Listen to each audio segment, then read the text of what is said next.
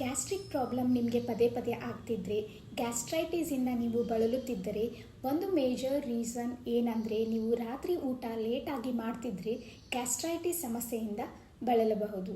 ರಾತ್ರಿ ಊಟ ಲೇಟಾಗಿ ಮಾಡೋದ್ರಿಂದ ಏನಾಗುತ್ತೆ, ಲೆಟ್ ಮಿ ಎಕ್ಸ್ಪ್ಲೇನ್ ಯು. ನೀವು ರಾತ್ರಿ ಊಟ ಮಾಡಿ ಇಮಿಡಿಯೇಟ್ಲಿ ಮಲಗೋದ್ರಿಂದ ಆ್ಯಸಿಡ್ ಕ್ರಿಯೇಟ್ ಆಗುತ್ತೆ.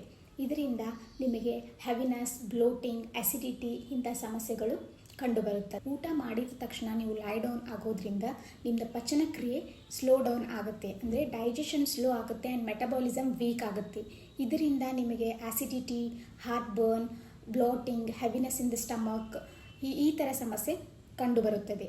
ಸೊ ಆದಷ್ಟು ನೀವು ಅರ್ಲಿ ಡಿನ್ನರ್ ಕಾನ್ಸೆಪ್ಟನ್ನು ಅಡಾಪ್ಟ್ ಮಾಡ್ಕೊಳ್ಬೇಕು.